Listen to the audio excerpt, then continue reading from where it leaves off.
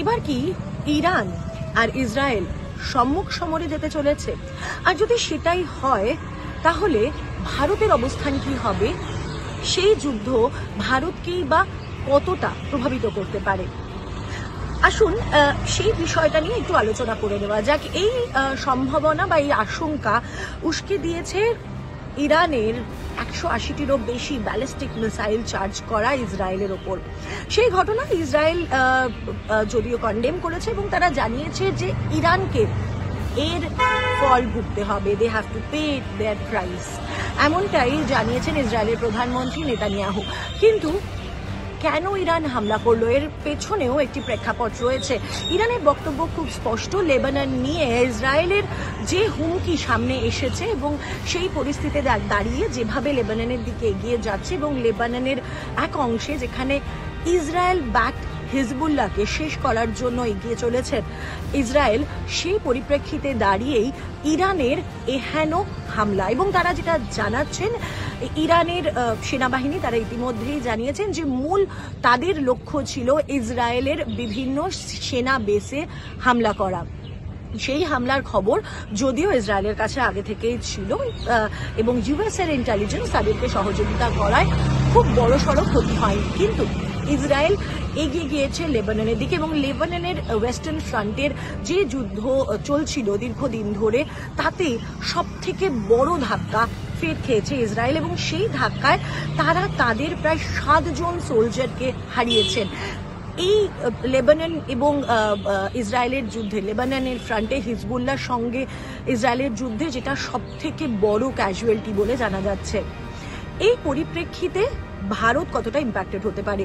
আমরা যদি একটু আন্তর্জাতিক রাজনীতি দেখি তাহলে ইতিমধ্যেই ইউএসএ তারা সাপোর্ট জানিয়েছে ইসরায়েলকে এবং তারা জানিয়েছে যে তারা সব রকমভাবে সহযোগিতা করবে। ইউএন ইন জেনারেল কাউন্সিল তারা বৈঠকে বসেছেন, আর্জেন্ট সিকিউরিটি কাউন্সিলের মিটিং হয়েছে, কারণ এই পরিস্থিতি গোটা বিশ্বের জন্য খুব একটা ভালো নয়। কিন্তু ভারতের জন্য এই যুদ্ধ কতটা ইম্প্যাক্টফুল হতে পারে? বিশেষজ্ঞরা যেটা জানাচ্ছেন যে এই যুদ্ধ ভারতের জন্য যথেষ্ট ইম্প্যাক্টফুল হতে পারে। তার কারণ ভারত এখনো পর্যন্ত ক্রুড অয়েলের জন্য মধ্যপ্রাচ্যের উপর অনেকটাই ভরসা করে থাকে। ভারতের তরফ থেকে রাশিয়া থেকে অয়েল এবং ন্যাচারাল গ্যাস সেটা আমদানি করার একটা চেষ্টা করা হয়েছিল, কিন্তু সেই পার্সেন্টেজটা এখনো মধ্যপ্রাচ্যের বিভিন্ন দেশ থেকে যতটা পরিমাণের তেল ভারত আমদানি করে সেই পার্সেন্টেজের কাছাকাছি পৌঁছাতে পারেনি।